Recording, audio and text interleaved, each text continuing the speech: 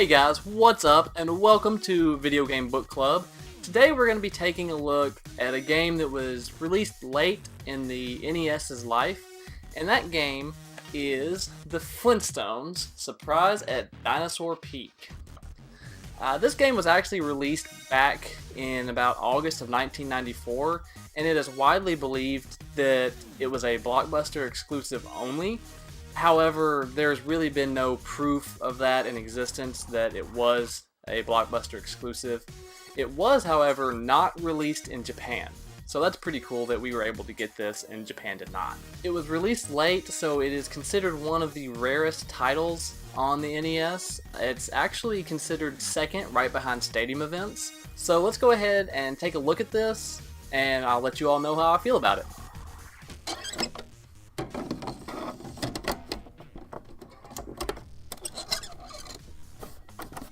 From the opening title screen, it's obvious that Taito took their time to create a game that was going to be worth playing. The sprites of Fred and Barney jumping up and down are wonderfully detailed, and the music is spot on, much like other titles from Taito during this time. When you first start up the game, you're greeted with a wonderful scene where we find out Fred and Barney are the world's greatest fathers. I mean, seriously, Barney didn't even know Bam Bam was missing until Fred told him he couldn't find Pebbles. Then he freaks out. This first level is more of an intro level to get you familiar with the game. Jumping, attacking, and switching between Fred and Barney will be key in the later stages of the game. Fred attacks with a club while Barney shoots enemies with a slingshot. You have the ability to charge Fred's attack to inflict more damage, but you really only need to do this during boss fights. Fred can also climb up ledges, whereas Barney cannot. However, Barney can hang on to and ease across horizontal ledges where Fred can't.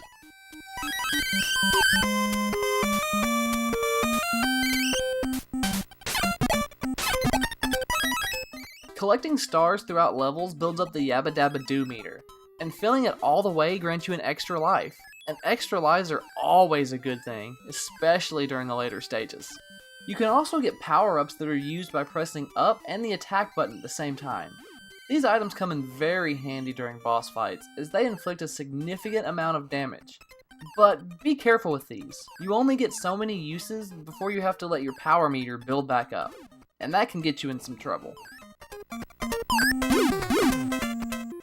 When you finally reach Pebbles and Bam Bam, you see an eruption from the volcano you're apparently standing right in front of, completely cutting you off from saving your kids.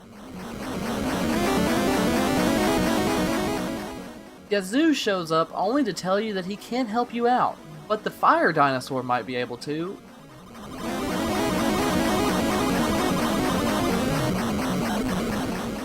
And he also hints that the Pterodactyls may be able to help you out as well. Thanks a lot, Gazoo. You're a ton of help. Finally, the real game begins, and we see an overworld map much like that in Super Mario Bros. 3. However, you will notice that this map seems a lot smaller, and that's because it is. The game is actually pretty short.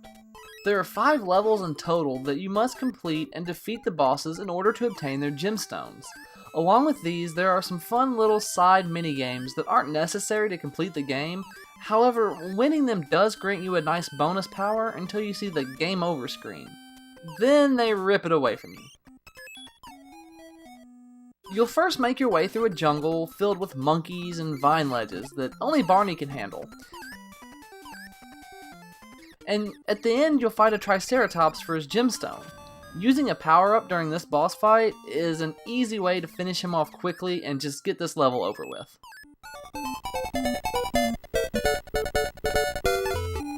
Once you're back out on the Overworld map, you have the option to go up to a minigame or progress onward to the next level. We're going to go ahead and take a look at the first minigame, which is ice hockey. You have 29 seconds. Yeah, I know, 29 seconds is a weird number. But anyway, you get 29 seconds to outscore your opponent in a hockey game. But fear not if you can't do it with Fred, because you also get another 29 seconds with Barney. I found the easiest way to win is to let them get the shell, then quickly get behind them and bump them using the attack button. The shell, for whatever reason, usually pops out behind them, giving you a slight advantage to skate over to your goal and score. Now we'll move on to an underground stage where the platforming starts to get a little bit trickier. Not much, just a little bit.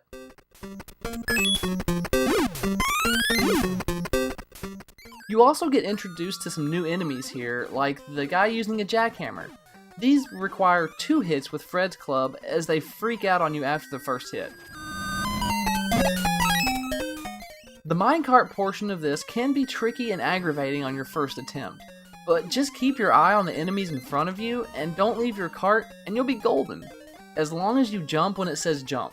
That was really nice of them to put that in there, otherwise you would probably just die. The boss at the end of this level slams his club down and makes small rocks fall from the ceiling. Use Fred and use his club to smack the rocks back at the boss's head to finish him off. Or, you know, you can just use a hammer. That's cool too.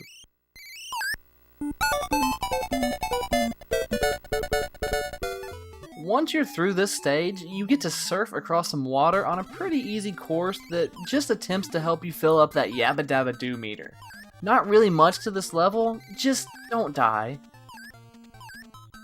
The third level brings you to Slate and Gravel, where Mr. Slate tells Fred to take care of his monkey problem. And this is where the game starts to pick up its intensity. You're introduced to some new gameplay elements and a few new enemies. The platforming isn't too hard just yet, but more so than previous levels. And if you miss the bowling ball power-up towards the end of the level, you're gonna have a hard boss fight on your hands with the monkey.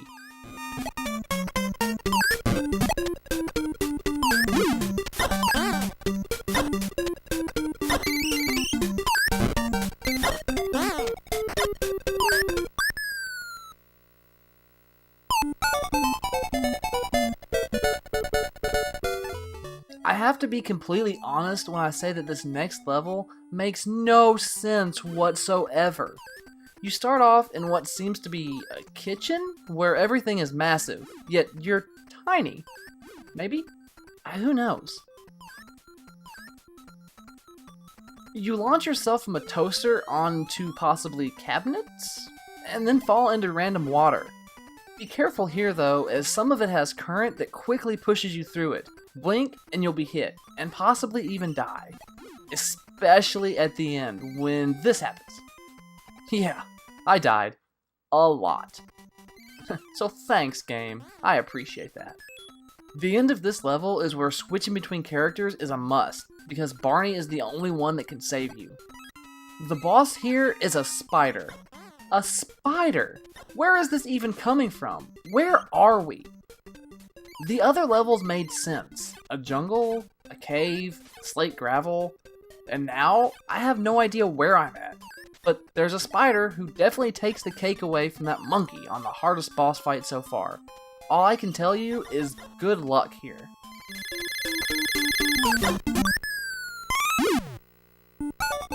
After this ridiculous level, let's go play some basketball. Here you get 30 seconds and each basket is 2 points. You know, like real basketball? That's really the only difference between this and the hockey game.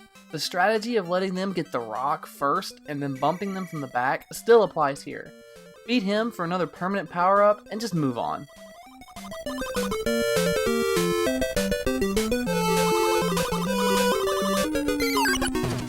Did you say you wanted a harder level? Well, here you go. This level, with all of its hidden pathways, locked doors, and ghosts, will give you all you can handle. Even with certain levers opening doors off-screen, the level plays through fairly straightforward, with just a lot of tricky platforming going on. The ghosts can be stopped with a hit, but not killed, because, you know, they're ghosts, already dead. This is definitely the longest level so far, and the boss fight here doesn't make it any easier. The witch has an attack that turns you small for a short period of time where you can't do anything. Then you have to deal with her bats. Having an item and using Fred's club fully charged up will help you get out of here. Get her 5th gemstone and head on to the Pterodactyl.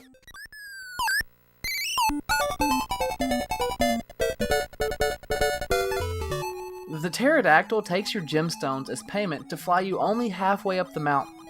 On the way there, you're given the chance to build the Yabba Dabba Doo meter by breaking boulders with a pterodactyl's fire breath and collecting stars.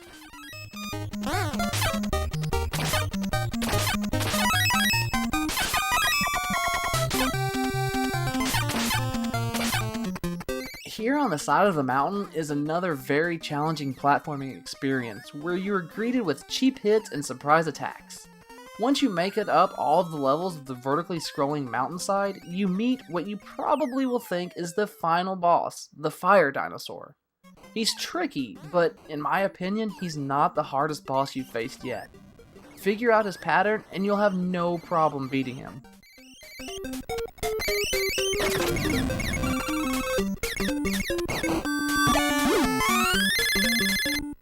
Once you finish him off, you get to head down into the volcano, but he gets up and he follows you.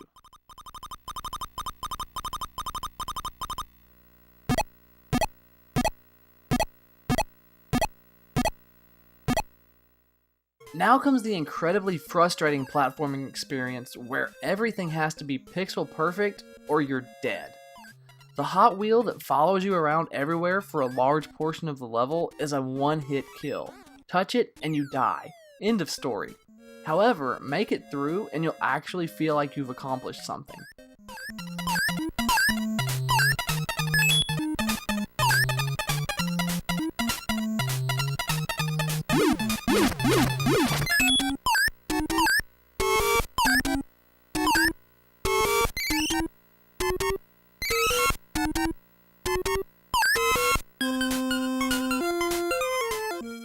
Once again, you have to fight the dinosaur from the top of the mountain. Only this time, he has a few more tricks up his sleeve. He shoots fireballs and rains fireballs down from above when he jumps, so watch out for that. Use Fred's charged attack to strike when you have the chance, and you should make it through just fine, with one little bitty problem. After you beat him again, he calls in his mama, the Fire Dinosaur. She is angry, and she wants you out of her mountain, which is actually a volcano, but we won't tell her that. Fred lays down the law and tells her he's not leaving until she stops the lava. And is it really a surprise that she doesn't want to? This battle can be a royal pain. She shoots 3 fireballs at once that spread out in different directions, jumps and causes large boulders to fall that then splash lava up at you, and she also breathes fire. Prepare yourself to be extremely agitated with this fight.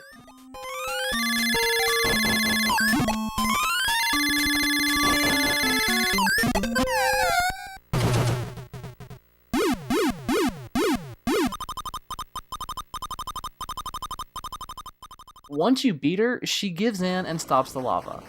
How she controls the lava is really beyond me, but she can, so whatever, we'll let it go. Finally, we are reunited with Pebbles and Bam Bam, but they don't seem to be as excited about it. They really wanted to use the lava to roast marshmallows. Yeah, I know, I don't understand it either, but we'll let it slide. It's a video game. Surprise at Dinosaur Peak as a whole is an enjoyable game with a few downfalls. The bulk of the music is good and doesn't pain me to listen to it. However, the sound effects like Fred walking drive me absolutely insane. The levels overall have excellent color and detail, for the foreground. I wish Taito had done more with the backgrounds in each level instead of leaving them bland and slightly awful. Aside from the random kitchen type level, each level was designed very well, although the quick change in difficulty kind of sucked. You go from having a pretty easy time with some quick boss fights to dying almost immediately and barely making it through. There's really no middle ground. But like all other late release Taito titles, Surprise at Dinosaur Peak is a solid game. Definitely one I enjoy playing, and I think you would too, if you can find a copy for under $600, or some other way to play it. So guys, there you have it, my opinions and thoughts on Surprise at Dinosaur Peak. And quite honestly, I really do enjoy the game. It's a really good platformer. It was a really well done job by Taito, especially late in the NES's life, which unfortunately leads it to be extremely rare, kind of like a Little Samson, games like that. They were really, really good, but just really late in the lifespan. I would love to be able to recommend you go out and buy this and give it a shot. I just can't tell you to go out and spend $600 plus on a game unless you really want to. It's worth a shot. It's a great game to play. If you have a way to play it, by all means play it. It is very much worth it, but I just cannot recommend you go out and spend $600 on a game like this, just when it's out there in other ways to play it, I guess is what I'm trying to say. Anyway, guys, check it out if you can, and in the meantime, like and subscribe if you enjoyed this. If not, hey, I'm not gonna hate you. See you all later. Thanks for watching our video. We appreciate it. Yeah, we know you all are busy, and we love that you've taken time to hang out with us for a little while. While you're here, why don't you check out some of our other videos we've made? You kinda owe us now. And we have a website that you can browse through too, if you want to. You can also check us out on Twitter and Facebook. All those links are right here, so it's easy. If you want to see more stuff from us, go ahead and subscribe if you haven't already, and also leave this video a big thumbs up. That would be super awesome. Well, until next time, take care everyone.